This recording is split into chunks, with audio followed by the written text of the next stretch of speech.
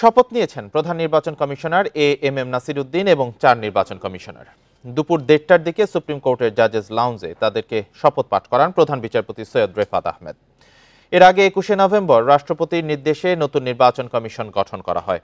অবসরপ্রাপ্ত সচিব এএমএম নাসির উদ্দিনকে প্রধান নির্বাচন কমিশনারের দায়িত্ব দেওয়া হয়।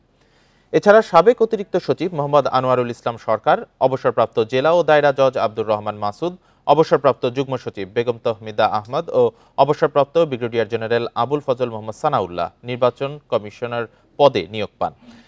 ৫ই আগস্ট আওয়ামী লীগ সরকারের পতনের পরে ৫ই সেপ্টেম্বর পদত্যাগ করে কাজী হাবিবুল আউয়ালের নেতৃত্বাধীন নির্বাচন কমিশন।